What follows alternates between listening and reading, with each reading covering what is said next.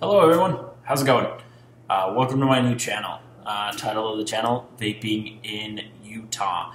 Basically on this channel, we're simply going to cover everything vaping related, a lot of it having to do with Utah. The laws and legislation that are surrounding Utah on a day-to-day basis. There'll be a lot of updates around that, especially this time of year. In fact, that's actually what this first video is going to be about today, but we'll get into that in just a second. First of all, my name is Tad Jensen. I've been in the vaping industry for about 2.5 years now, vapor for around 3 years.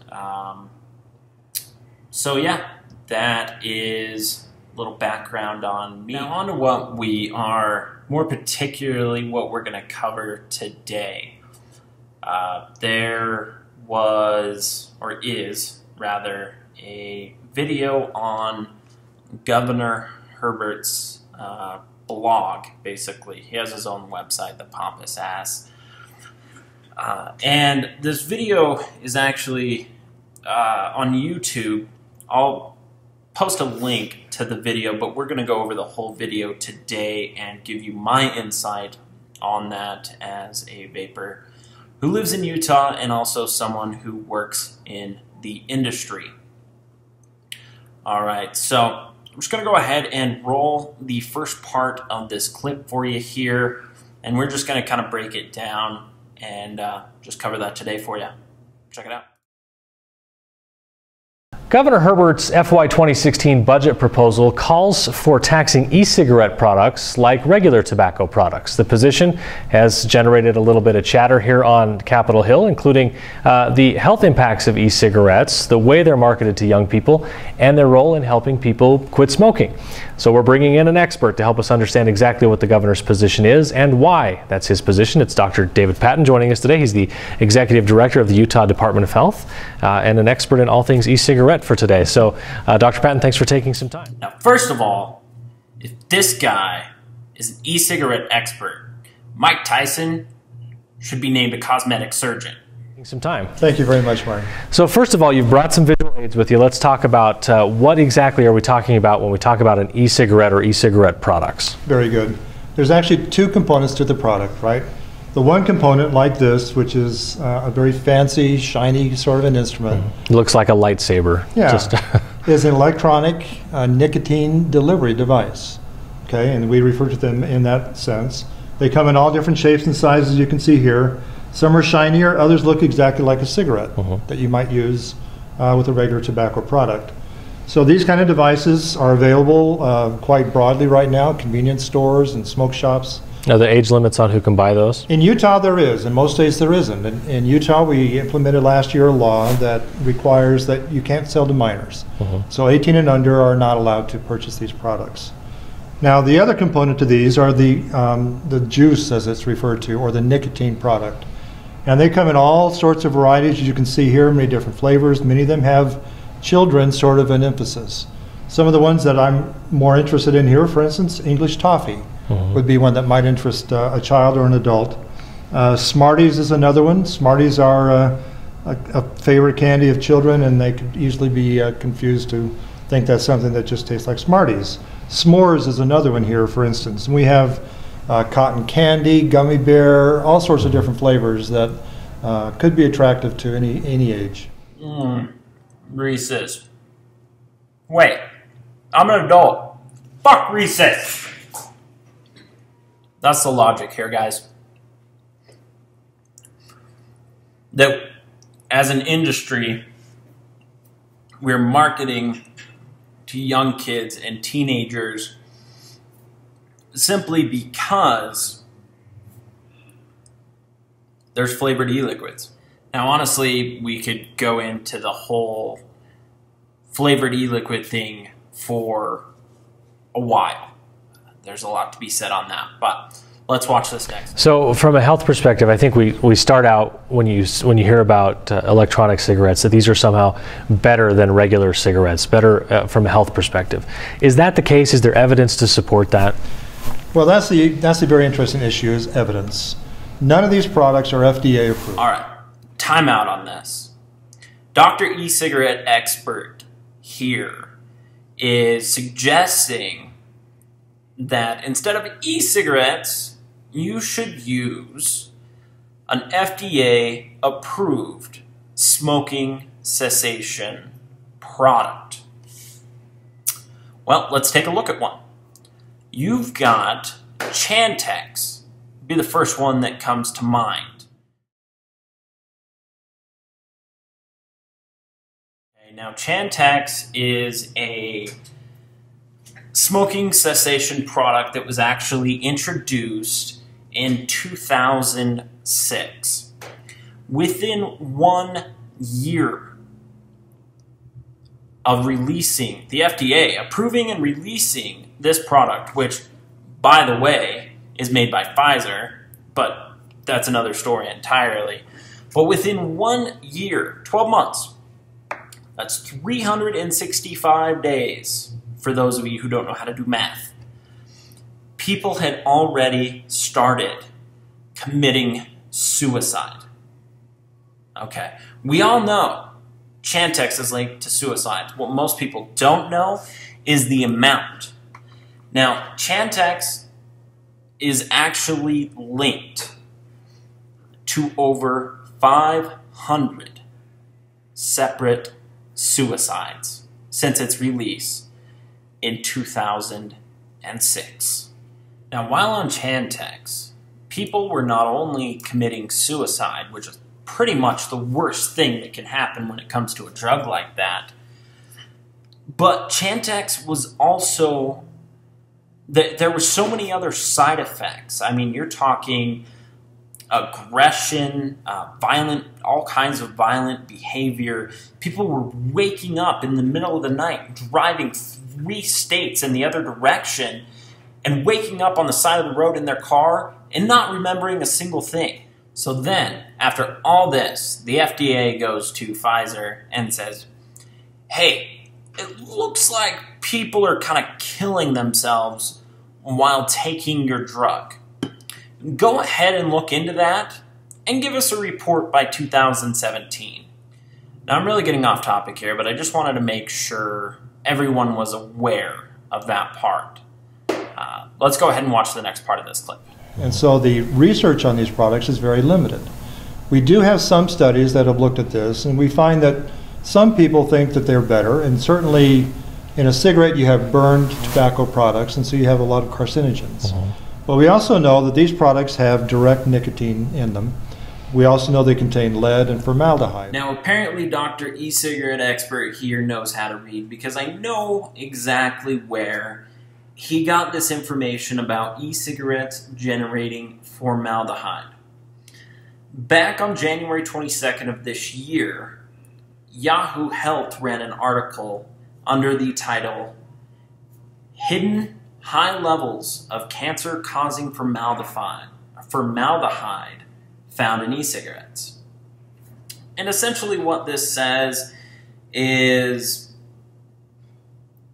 basically e-cigarettes were generating like 15 times the levels of formaldehyde that cigarettes generate. Now, there was a huge problem with the study that this information came from. Now, this was originally published by the New England Journal of Medicine. They screwed up. The way they were able to generate those levels of formaldehyde is they essentially took an unnamed atomizer or cartomizer. They fired it at 3 volts. No formaldehyde was generated. Then they fired it at 5 volts. Now, and what either the researchers and or the New England Journal of Medicine failed to report on this study is that they actually dry fired this atomizer or cartomizer. They simulated a vaping condition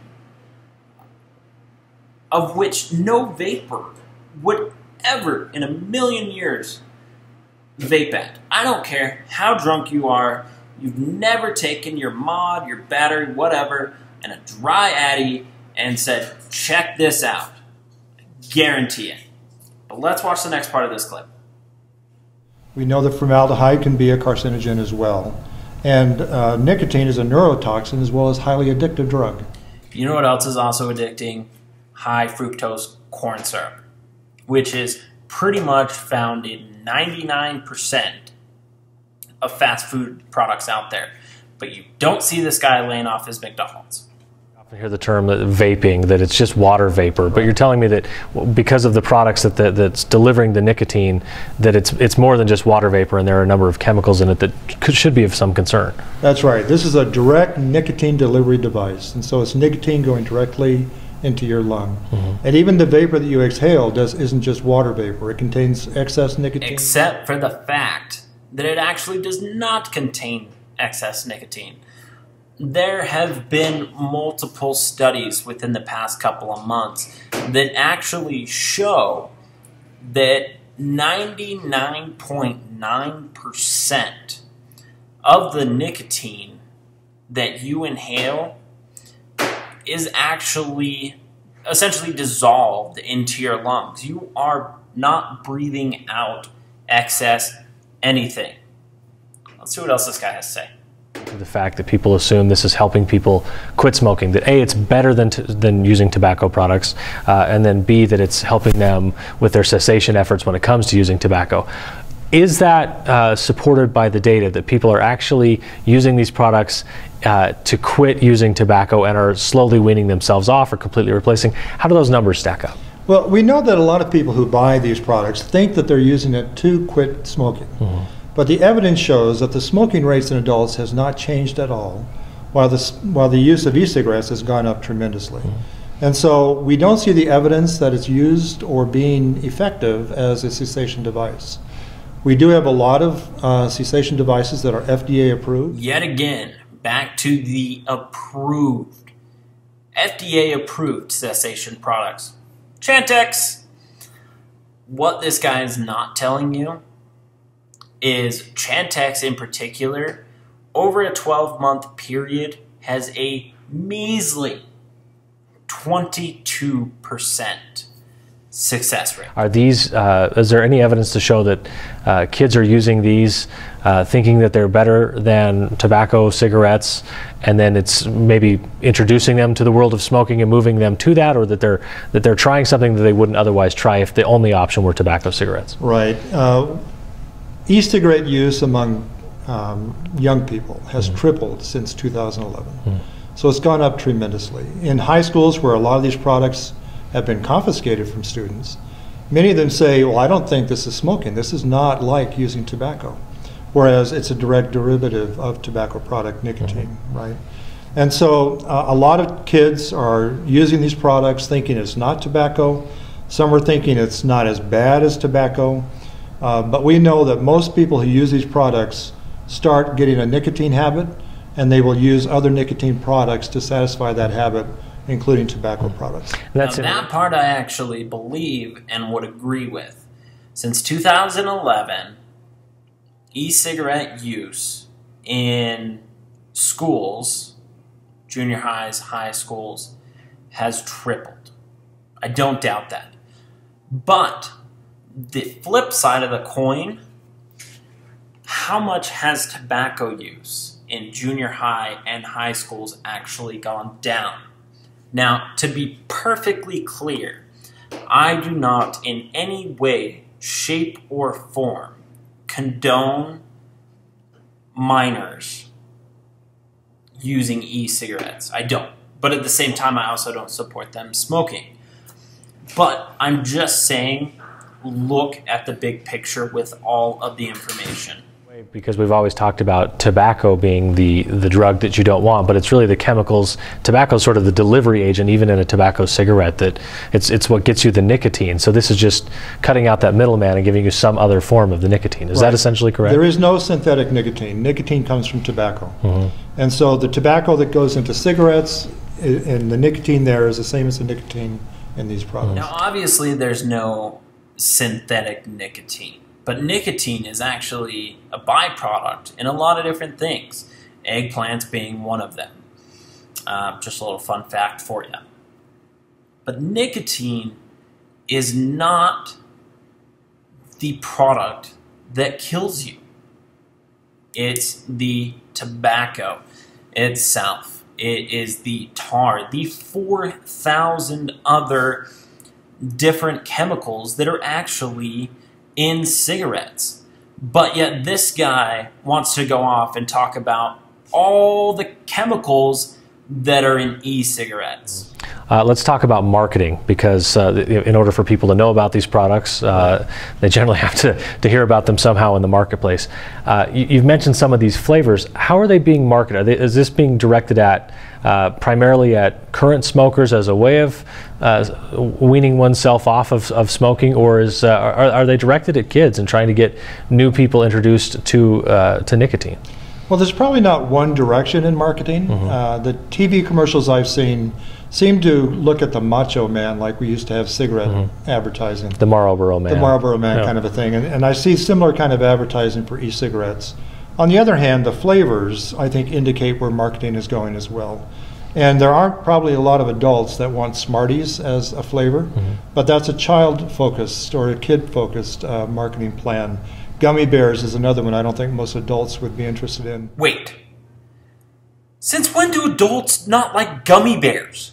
They're like America's food pastime. Okay, that might be a little bit of an exaggeration, but you get my point. Yet it's going towards the kind of flavors that are available here. So we are hearing about kids who would not necessarily have ever tried smoking, that somehow that's taboo in their mind, but that this is somehow acceptable. Right. 30% of the kids that we have surveyed said that they've never tried a tobacco product, but when asked if they've tried e-cigarettes, they say yes. This is really frustrating.